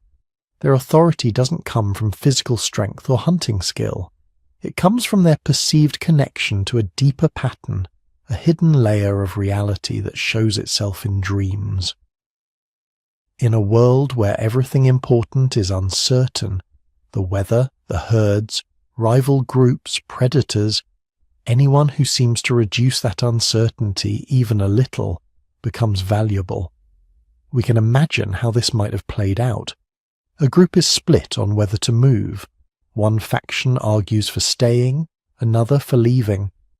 The debate circles around and around with no clear solution. Then someone turns to the old dreamer sitting by the fire. What did you see? When that question becomes normal, when people routinely ask, what did you dream? Before major choices, dreams are no longer just personal private experiences. They become part of the decision architecture of the group, a kind of early policy advisory system running on biological hardware. Over time, this could crystallize into roles we'd recognize: seers, visionaries, people whose dreams carry special weight. The first stirrings of religious authority may have grown from this soil. Leadership grounded not only in what someone does while awake, but in what they bring back from the dark. Underneath the mysteries and symbols, though, something more basic was always happening. Dreams were processing data. Every day your ancestors were flooded with sensory information. Thousands of details about plants, animals, people, weather, landscape. They didn't have books or charts to store and organize this information, but their nervous systems could do it for them. Sleep is when the brain decides what to keep and what to throw away. Important survival-relevant memories are strengthened. Useless noise is discarded. Experiences are linked together, so you learn that certain winds mean certain storms, that certain smells mean certain animals, that a faint change in the colour of the leaves might mean water or drought. When those patterns are strong enough, they start to appear in dreams. A dry wind in your dreams might foreshadow a dry season in reality. A vision of fat animals moving past a certain cliff might reflect dozens of half-noticed clues that, taken together, point to that migration route. From the outside it looks supernatural. From the inside it feels like revelation. The truth is more subtle. Prophetic dreams don't have to bend the laws of physics to be powerful. They just have to compress reality, to take weeks, months, or years of lived experience and condense it into a single vivid scenario your waking mind can finally understand. A prehistoric leader waking up after such a dream wouldn't say, "My brain performed a multivariable optimization on my fragmentary environmental data." They would say, "The spirits showed me." Both sentences describe the same event, one in the language of science, one in the language of myth. What matters is that the decision changed. The group moved at the right moment. They found water. They survived the winter. As you lie there now, listening in the dark, your own brain is quietly doing the same thing. Sorting, sifting, binding together today's loose threads with memories from long ago, trying to find patterns that will help you face tomorrow a little more prepared. We don't always listen to our dreams anymore. We've built other systems, statistics, simulations, long-range forecasting. But under all that, the ancient machinery is still running. The bottleneck survivors who learn to trust the strange logic of sleep passed that machinery on to us. Their dreams guided migrations across continents, hunts that meant life or death, alliances that shaped entire bloodlines. They turned drifting images into choices, choices into survival, survival into stories, and stories into authority. In the glow of a small fire 300,000 years ago, someone is speaking softly, describing what they saw last night beyond the veil of sleep. Others are leaning in, listening, weighing, deciding. The first boardroom, the first council, the first strategic planning session, held not in a building, but in a ring of sleeping bodies under the stars. And tomorrow, when the sun rises and the group begins to move, their path across the landscape will be traced not only by footprints in the dust, but by dreams that no longer exist, except in the direction they chose to walk. The night for them was never just rest. It was a time when the future quietly whispered to the present in a language made of images, symbols, and shadows, a language we still speak every time we close our eyes. Nightmares weren't a modern invention. They were there from the beginning. You lie down on a bed. They lay down on the ground. Maybe it's a patch of flattened grass under a thorn tree. Maybe it's the packed earth of a shallow cave, or a little hollow scooped into the sand, warm from the fire that's just burned down to embers. Above you, a ceiling, a roof, electric lights, the quiet hum of refrigerators and distant traffic. Above them, nothing. Just a sky so black it almost feels solid, pierced by a Milky Way so bright it casts shadows. The fire flickers and cracks. Beyond its light, the world dissolves into absolute darkness. And somewhere out there in that darkness, things are awake. Hyenas, lions, leopards, giant constrictor snakes sliding silently through the grass, crocodiles slipping into river shallows, and not just animals, other humans, other bands, strangers whose intentions are unclear until it's too late. You close your eyes in a world where a locked door and a solid wall stand between you and whatever wants to hurt you. They closed their eyes in a world where the line between safety and death was a thin ring of firewood and a few half-asleep sentries. So when they dreamed, what did their fear look like? It probably looked a lot like ours. Just stripped of our modern costumes. No office corridors, no exam rooms, no missed flights. Just teeth, claws, falling, being chased, being lost, watching someone you love disappear into the dark and being unable to stop it. Except for them, the border between nightmare and waking life was very, very narrow. Think about the dreams you've had where something is hunting you. You're trying to run, but your legs feel heavy. The thing chasing you never quite shows its full face. But you know, in that dream way, that if it catches you, you die. For a prehistoric human, that wasn't a metaphor. That was Tuesday. During the day, they learned over and over what it meant to be prey as well as predator. To hear the cough of a lion before it pounced, to smell rot on the wind and know a carcass was near, and that scavengers and then larger hunters would be there soon. To see the broken branch, the fresh tracks, the sudden silence of birds, and every one of those experiences burned patterns into the brain. The amygdala, the alarm center, learning, this shadow, this sound, this smell equals threat. At night, when the prefrontal cortex relaxed its grip and the dreaming brain started shuffling through memory, those patterns lit up. The brain ran simulations. What if the lion comes from the left instead of the right? What if the river floods higher than last time? What if the stranger with the scarred face doesn't smile next time he visits? The result? Nightmares. Not random horrors, but training exercises dressed as terror. Evolutionary dress rehearsals. Researchers today talk about something called the threat simulation theory of dreams.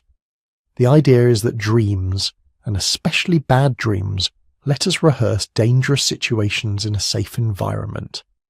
They take our worst fears and run them again and again, so that when something even vaguely similar happens in waking life, we're a little bit faster, a little bit sharper, a little bit more prepared. For you, that might mean the classic, showing up to school unprepared dream morphs into being extra careful about deadlines. For them, it could be the difference between freezing in panic when they hear that rustle in the tall grass, and instinctively moving toward the nearest tree, the nearest rock, the nearest stick that could become a weapon. Nightmares keep you alive by scaring you to death, over and over, without the actual dying part. Now amplify all of this by the darkness they lived in. We underestimate how bright our nights are. Streetlights, car headlights, the glow of cities on the horizon. Even out in what we call the wilderness, you can usually see the outline of your hand, the horizon, the shape of trees, and if you really need it, you have a flashlight on your phone. They had fire, moonlight, starlight. And when the fire sank too low, when clouds covered the moon, the dark was not poetic, not metaphorical. It was literally sightless, a space where your other senses strained just to keep you alive. You hear a branch snap. Is it the wind? A boar? A lion? You smell something unfamiliar. Is it damp earth? Rot? Another camp somewhere upwind. You feel the ground vibrate. Is it thunder? A herd moving? Or something just big enough and hungry enough to be a problem? And even when nothing is there, your brain doesn't know that. It errs on the side of overreacting. Better to wake up sweating for no reason than to miss the one real threat hiding in the bushes. So you go to sleep with your body already keyed up, heart rate higher, muscles slightly tense. The result? More arousals, more fragments of REM sleep, more vivid, intense dreams, and more nightmares. Darkness didn't just surround their dreams, it soaked into them. But not all fears come from things outside the body. Sometimes the terror comes from your own nervous system misfiring. Imagine this. You're one of those ancestors, lying on your side near the fire. Everyone around you is breathing slow, deep, sleep. The air is cool. The embers glow red. Owls call from far off. You drift down into REM sleep. Your brain, like ours, flips a safety switch. To keep you from acting out your dreams, it paralyzes your muscles from the neck down. You're dreaming of running, of fighting, of climbing. But your physical body is motionless. Then suddenly you half wake up, your eyes open. You see the cave ceiling or the branches above you or the faint dome of stars, but you can't move. Your chest is heavy. Your breathing is shallow. You try to call out and no sound comes. Something is sitting on you. Something is in the room. You can see a shape in the dark, just beyond the firelight, just beyond the edge of your vision. It feels like it's watching you, leaning close, breathing on your face. You're fully conscious, but your body is still locked in REM paralysis. In our world, if this happens to you, you can Google sleep paralysis and find thousands of people describing the same thing. The chest pressure, the sense of an intruder, the shadow figure, the buzzing, the vibrations, the absolute certainty that something is in the room with you and that it is not friendly. Your ancestors had no name for it. All they knew is that every so often someone would jolt awake, not quite awake, eyes wide, mouth open, completely unable to move. They'd later describe, in whatever early language they had, a weight on the chest, a demon, a spirit, an animal made of darkness, a visitor from somewhere else. Night after night, decade after decade, century after century, these experiences accumulated, passed from one frightened storyteller to the next. The night pressers, the shadow people, the things that sit on you while you're asleep. Over time, these raw experiences, this neurological hiccup that nearly all humans are capable of, could easily harden into myth. Spirits that come in the night and steal your breath, witches that ride you in your sleep, ancestral ghosts that sit on your chest to warn you of danger, or punish you, or claim you. Demons that lurk at the edge of the firelight looking for cracks in your camp's defences, trying to slip in when your body is most vulnerable. From the outside, it sounds like superstition. From the inside, lying there unable to move, it feels utterly real. And remember, in their world, there really were predators that waited for weakness. There really were enemies who might creep in under cover of darkness. You didn't have to stretch your imagination very far to believe that unseen forces could visit you at night. So nightmares weren't just movies played on the inside of their skulls. They were part of a whole ecosystem of fear and meaning.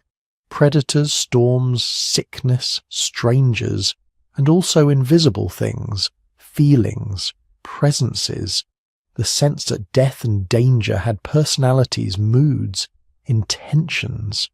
And when the sun came up, what did they do with all of this? They talked. We tend to imagine prehistoric humans as wordless, grim, focused only on survival. But everything we know about later hunter-gatherers and about our own minds points in another direction. Humans tell each other what happened to them, especially the scary things, especially at night. Picture a group at dawn. The fire has been stirred back to life. Someone is poking at last night's ashes. Someone else is chewing a root. A child is still half asleep in their mother's lap. One of the hunters says, "I saw them again, the lions, but not like last time. They came from behind the trees. The wind was wrong. I couldn't smell them." Everybody listens, because last time 2 people died. He describes the dream in detail, where he was standing, how close the animals got. What went wrong? Is he just sharing a bad night? Or is his brain subconsciously warning him, and everyone else, about a possible blind spot? A scenario they haven't practiced yet? Either way, the group now has more information. They may laugh it off. They may tease him. They may also quietly shift where they position the watchers that night. They may suggest moving camp sooner. They may tell the children, "If you hear that sound, don't run this way, run that way." Nightmares become public property, collective simulations, and not just about animals. A mother dreams of her child wandering too close to the river and being taken by a crocodile. The child is fine in the morning, but after she tells the dream, do you think anyone is going to let that kid play by the water alone? A young man dreams he's arguing with someone from another band. In the dream, a fight breaks out. Someone is injured. Alliances are broken. The next time actual visitors arrive from that band, he's just a little more cautious. The group's leaders are a little more careful with their words, their gifts, their posture. Over thousands of years, this constant sharing of dream fear could act like a primitive warning system, an emotional radar, picking up threats not just from the world as it is, but from the world as it could be. And there's another side to this. When you face a fear in a dream and wake up alive, something subtle changes. The first time you dream of falling, you wake up with your heart pounding, your hands sweaty, your stomach flipping. The 10th time it happens, the fear is still there, but there's also a thin layer of familiarity. I know this. I've been here before. For our ancestors, nightmares weren't just drills. They were exposure therapy. You repeatedly experience loss, separation, danger, humiliation, helplessness in a space where, no matter how bad it gets, you have a chance to wake up and reset. Some mornings you wake up sobbing. Some mornings you wake up angry, but you always wake up. Over time, that might build a kind of psychological callus. You're still afraid of lions, you're still afraid of losing your children, your partner, your status in the group, but you're not destroyed by the feeling of fear itself. You've practiced sitting with it. You've learned that terror rises, peaks, and then fades. In a world where you will at some point see someone die in front of you, where you'll lose friends to disease, where you might go hungry for days, that emotional resilience is not optional, it's survival equipment. So when we talk about the origins of symbolic thinking, of religion, of myth and art, we're not just talking about the bright, visionary, beautiful side of the human mind. We're also talking about this shadow side, the horror, the panic, the things that make you wake up with your heart pounding and your throat tight. Predators in the grass, eyes in the dark, invisible visitors that sit on your chest, dead relatives who appear in dreams, accusing or comforting or warning, strange, impossible landscapes where the rules of physics break and reform. All of that fed into the stories they told, the spirits they named, the rituals they invented to keep the bad dreams away, and all of that is still with us. When you wake up from a nightmare today and feel, for a few seconds, like something is in the room with you, watching, you're not just having a random bad night. You're feeling the echo of hundreds of thousands of years of human fear compressed into a few minutes of REM. You're practicing, like they did, for dangers that may never come, but that your brain refuses to stop preparing for. In that sense, every nightmare is a tiny time machine. A brief return to the nights when the darkness outside the campfire was full of real teeth and real claws, and when the only way to stay sane was to share the terror with each other, turn it into story, and somehow learn to sleep again. Close your eyes again for a moment and pay attention to the kinds of dreams you actually have. Not the rare cinematic ones where you're a superhero or a celebrity. The ordinary ones, the ones that keep showing up. You're running, but your legs feel like they're made of mud. Something is chasing you, but you can't quite see what it is. You're falling from a great height. You're suddenly back in school, unprepared for a test. You're trying to scream, but no sound comes out. Or just as strange in a different way, you're floating. You step off the ground and realize you can fly. At first it's clumsy, like learning to walk again. Then you're gliding over rooftops, forests, strangers' houses. The world looks small, distant, harmless. These aren't random images, they're patterns. And what's eerie is that they show up in dream reports from all over the world. Different cultures, different languages, different histories, same themes. Being chased, falling, flying, being trapped. Losing teeth, showing up naked in public. No matter where you go, the human brain seems to be pulling from the same short list. Now imagine your ancestor 60,000 years ago, lying beside a dying fire in a rock shelter somewhere in East Africa. Outside, hyenas laugh in the dark. The smell of smoke, blood, and animal fat hangs in the air. Somewhere in the distance, thunder rolls over a savanna that is more predator than prey. They drift into REM sleep. What do they dream? A distant rustle in the grass suddenly becomes a lion's pounce. They run, but their legs don't respond. They try to climb a tree and feel themselves slipping, fingers clawing at rough bark as the ground falls away beneath them. Or maybe they dream they're standing at the edge of a cliff overlooking a river and the rock suddenly breaks.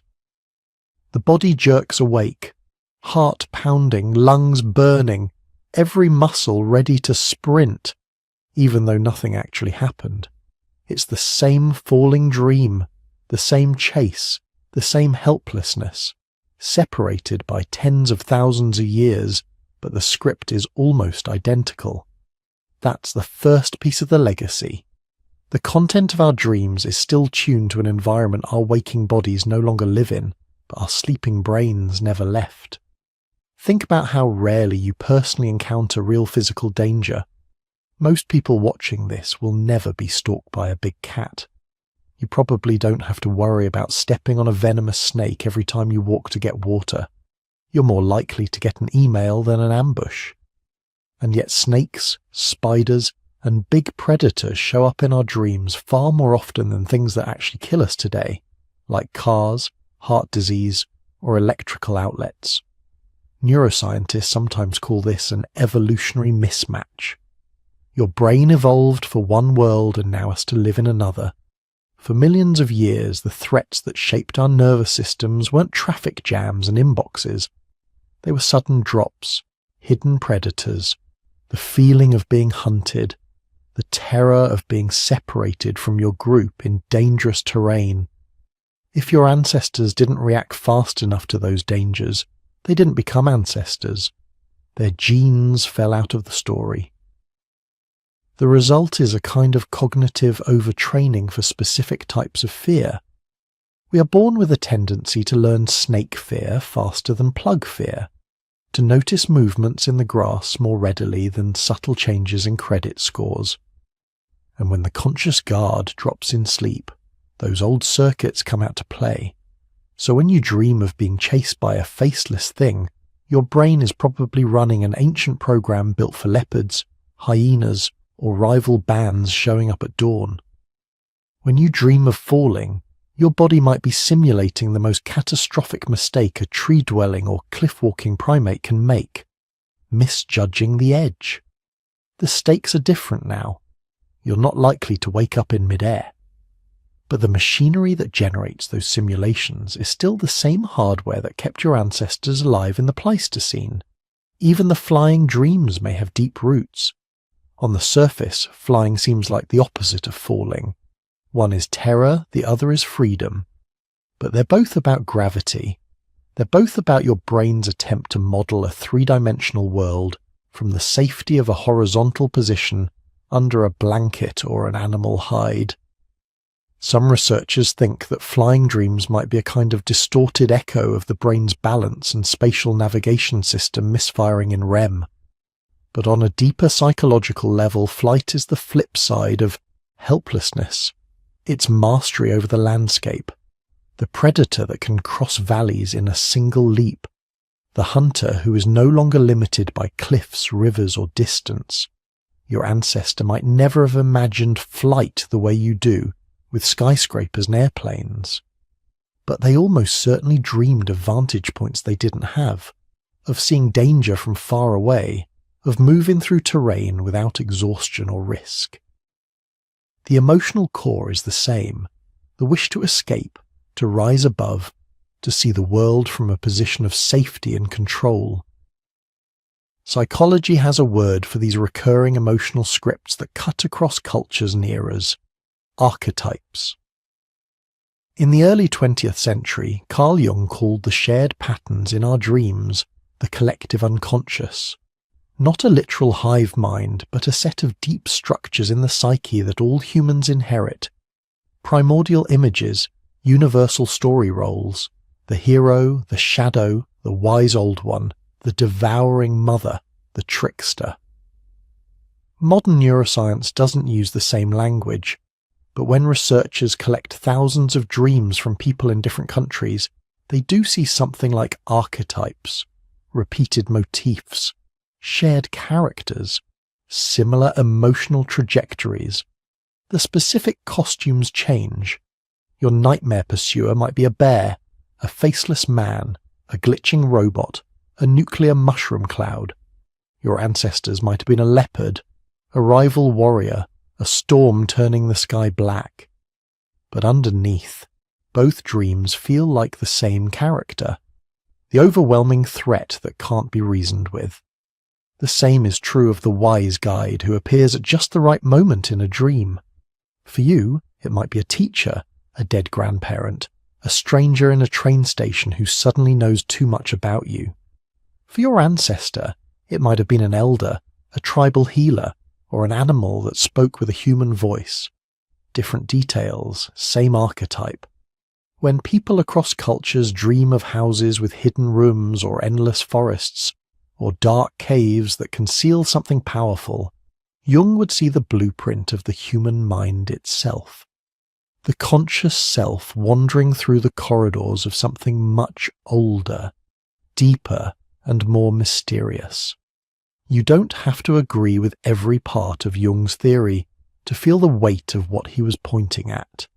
That our dreams seem to be drawing from a library we didn't personally stock.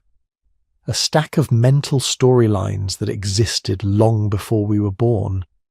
From an evolutionary perspective, you could say that what Jung called the collective unconscious is just another way of describing shared neural architecture. Brains of the same species built to solve the same survival problems will tend to produce similar patterns, but from your perspective, lying in bed with your eyes closed, it doesn't really matter whether you label it archetype or circuit.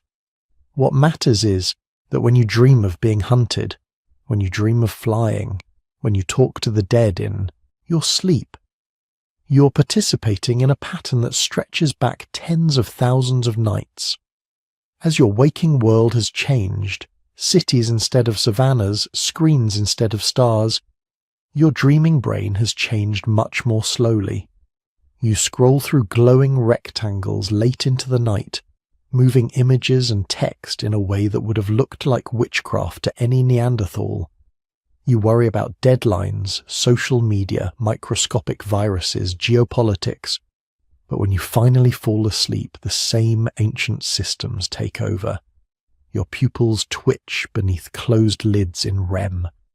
Your muscles go limp to keep you from acting out the dream. Your emotional centers fire as if you're really in danger, really in love, really lost, really flying. And in those moments, the line between you and that ancestor in the rock shelter becomes very thin. Your brain is an archaeological site, layer on layer of older structures buried under modern conveniences. The newest parts handle language, reading, abstract mathematics, worrying about emails. The oldest parts handle hunger, fear, sex, status, belonging. Dreams are one of the few times those older layers get to speak in something like their own language. Image, symbol, story. We have used that language to climb extraordinary heights. We have built religions out of it, mythologies, entire civilizations that took dream images and carved them into stone, painted them onto temple ceilings, turned them into epics and scriptures and novels and movies. We've harnessed the dreaming brain's creativity to make breakthroughs in science and art. Chemists have dreamed of molecular structures. Mathematicians have seen solutions in sleep. Musicians have woken up with melodies that felt like gifts from somewhere outside themselves. We have put footprints on the moon. We've sent metal eyes into deep space. We've sequenced our own DNA and read the faint ancient signature of that near-extinction bottleneck written into every cell. But we still don't fully understand why we dream. We have theories that dreams help process emotions, that they simulate threats so we're better prepared, that they help consolidate memories and update our internal models of the world, that they're side effects of the brain's housekeeping. All of these have evidence behind them. None of them feel like the whole story. From a scientific point of view, dreams are still half solved. From a personal point of view, they're even more slippery. They feel meaningful, but that meaning dissolves when we try to pin it down. They feel like messages, but from whom? Or from what? And maybe that's part of the legacy too. When your ancestor crawled out of their shelter at dawn, shaken by a dream of the dead appearing by the fire, they also didn't know why that image came. They might have interpreted it as a visitation, a warning, a blessing, or a random flicker of the soul. They might have turned it into a story for the group, a small myth.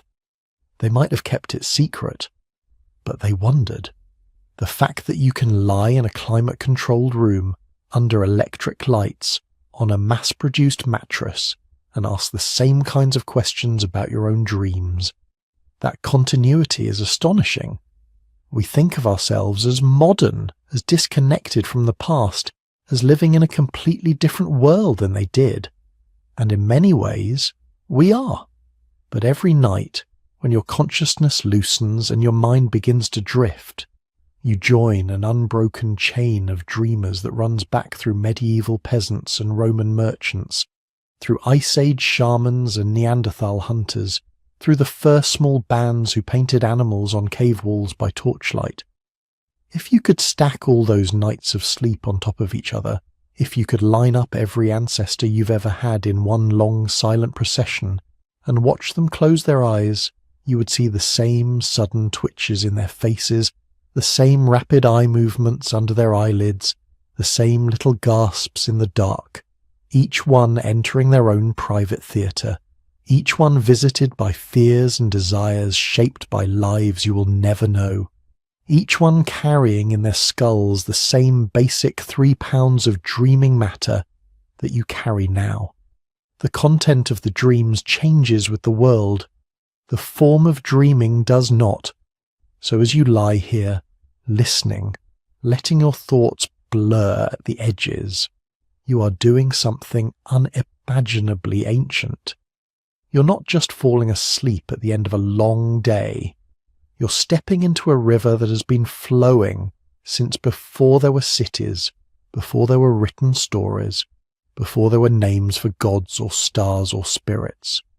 You're about to visit the same inner landscape that taught your ancestors how to tell stories, how to imagine spirits, how to think in symbols instead of just sensations. The legacy in your dreams is not just about snakes and falling and flying. It's about the simple fact that you dream at all. It's the proof that under the surface of everything modern, you are still one of them.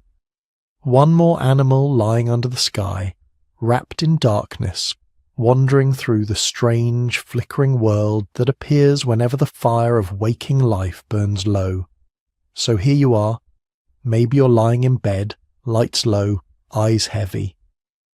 Maybe you're listening with headphones on a long train ride, or in a small apartment, or in a quiet house half a world away from where this story began. But in one sense, you're in the exact same place. Humans have always ended their days. Darkness, a tired body, a mind slipping into somewhere else. For hundreds of thousands of years, through ice ages and droughts, through volcanic winters and lush green valleys, humans have done this same simple thing, found a place to rest, closed their eyes, and let their thoughts dissolve into images and voices that no one else could see. Your distant ancestors did it on bare rock, on packed dirt, wrapped in furs, under an overhang of stone. Neanderthals did it in caves where the wind howled outside and the fire cracked and hissed. Denisovans did it in mountain shelters and on forested slopes under unfamiliar constellations. Early Homo sapiens did it in savannas and river valleys, in the shadow of predators and the echo of drums. And every night, as their bodies went still, their minds did what your mind is about to do. They dreamed. Maybe they saw the faces of people they had lost. Maybe they relived the day's hunt gone wrong, or imagined a better version where the spear flew true and the animal fell cleanly. Maybe they felt themselves floating above the camp, watching sleeping bodies from somewhere outside their own skull. Maybe they wandered through impossible landscapes where rivers flowed uphill and animals spoke with human voices. They didn't have words like REM sleep or symbolic cognition or visual cortex activation. They just had the experience. You do too. Tonight, when you drift off, your brain will fire in patterns shaped by that whole history, by the bottleneck survivors, by the pressure cooker of selection that favoured flexible minds, quick learners, expert storytellers, by the slow rise of language, ritual, art and myth, every neuron carrying the echo of solutions that worked well enough to be passed down. You are part of that unbroken experiment. Think of that for a moment. Somewhere around a flickering fire 300,000 years ago, a young human lies awake, listening to the breathing of their sleeping family. They remember a dream about a great animal that spoke in thunder, about ancestors who appeared as birds of light, about rivers of stars flowing across the sky. They don't fully understand it, but they feel it matters. They tell someone, a sibling, a parent, a child, a story is born. That line of stories never stopped. It flowed through myths told under painted cave ceilings, through whispered visions of ancestors guiding the hunt, through dreams that warned of danger and dreams that promised hope, through the first gods and the first spirits and the first heroes, through every grandmother sitting by a fire saying, "I had a strange dream last night," and now it flows. Through you. As you lie there, you're joining that chain. One more sleeper in a line that began long before our species even had a name. If this journey through ancient nights and prehistoric minds kept you company as you drifted towards sleep, and you'd like to travel further into this kind of history, you can help keep it going. When you're awake again, you can like this video, leave a comment and subscribe to the channel so you don't miss the next story. If you feel like sharing, I'd love to know where you're listening from and what dreams you still remember. Are you in a big city or a quiet village, under winter skies or tropical rain? Do you dream of places you've never been, of people you've never met, of strange animals or impossible landscapes? That kind of sharing turns this from just a video into a little network of dreamers scattered across the planet the same way our ancestors once were. And if someday you decide you want to support this work a little more directly, there's also the option to join the channel as a member. It helps me spend more time crafting these long, careful journeys for you. But it's completely optional. Watching, listening, and drifting off with these stories is already more than enough. For now, you don't have to do anything. Just imagine this: the lights of your room fading into the glow of a campfire, the walls around you dissolving into stone or open sky, or a canopy of leaves. All around you, figures lying down, Neanderthals, Denisovans, early Homo sapiens, different faces, different bodies, different worlds, but the same slow breathing, the same eyelids fluttering as dreams begin. You lie among them, another human at the end of another long day. Above you, the stars are older than every story ever told. Inside you, the machinery of dreaming is older than your language, your culture, your city, your name. In a few moments, your own private theatre will start to play. Maybe you'll walk through a forest that never existed. Maybe you'll talk to someone who's gone. Maybe you'll meet an animal with human eyes, or stand in front of an ocean made of light. Whatever appears, remember this: you're not alone in it. You're sharing a very old human activity, one that helped turn scattered bands of primates into storytellers, artists, believers, and thinkers. One that helped build everything we now call culture. So let your thoughts slow down. Let the last words of this story blur into the first images of your next one. Feel yourself sinking gently into the same darkness that cradled our ancestors on nights when the world outside was dangerous and uncertain. But the world inside was limitless. You carry their genes, you carry their stories, and tonight you carry their dreams. Rest well, sleep deeply, and drift off with them.